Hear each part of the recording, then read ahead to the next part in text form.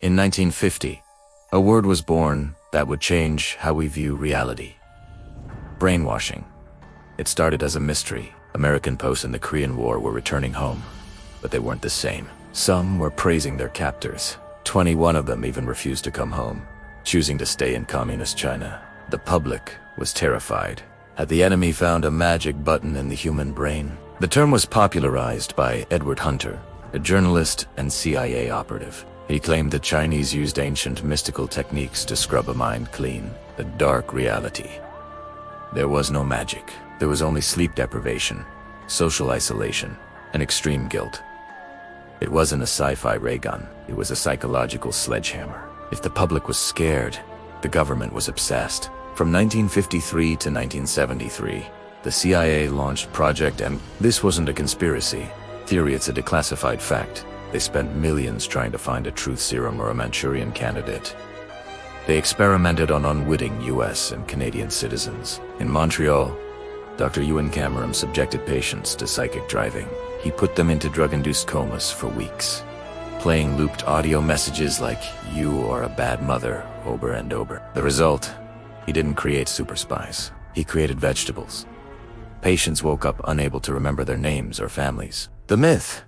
MKUltra proved the government can control your mind remotely. The truth. MKUltra proved you can break a mind, but you can't easily reprogram it. The project was eventually shut down because it failed to produce a controllable human weapon. If governments can't do it with drugs, how do cults do it with words? Look at Jonestown. Jim Jones didn't just wake up and tell 900 people too deep. He spent years using milieu control. He moved his followers to a jungle in Guyana, cutting off all outside information. When you control the information, you control their reality. The modern twist. It's not always a jungle. Look at NXIVM, the self-help group that branded women. They used collateral, forcing members to give up their darkest secrets or nude photos as insurance. This created a psychological cage of fear, the dark reality. Brainwashing isn't about weak people. It's about vulnerable moments. Statistics show that people are most likely to be brainwashed during major life transitions. Here is the darkest part. You might not be in a cult, and you aren't a CIA test subject. But are you being brainwashed right now? Modern brainwashing is silent. It's the social media algorithm. The fact. Platforms are designed to trigger dopamine loops. Every like is a micro-reward. The manipulation. By showing you only what you already believe, the algorithm creates an echo chamber. It doesn't tell you what to think.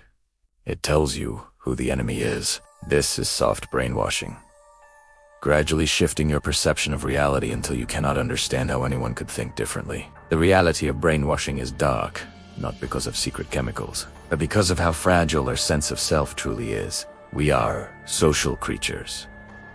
If you isolate someone, tear them out, and control their information, you can make them believe almost anything. The only way to stay unwashable is critical thinking. Question the source, step outside your echo chamber, and never stop asking.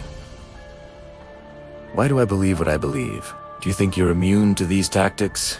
Or have you seen them in action in your own life? Is the algorithm the new Jim Jones? Drop a comment below. I want to hear your thoughts. If you found this deep dive into the dark side of psychology fascinating, hit the subscribe button and turn on notifications. We have more stories on the hidden forces shaping our world coming your way. Thanks for watching.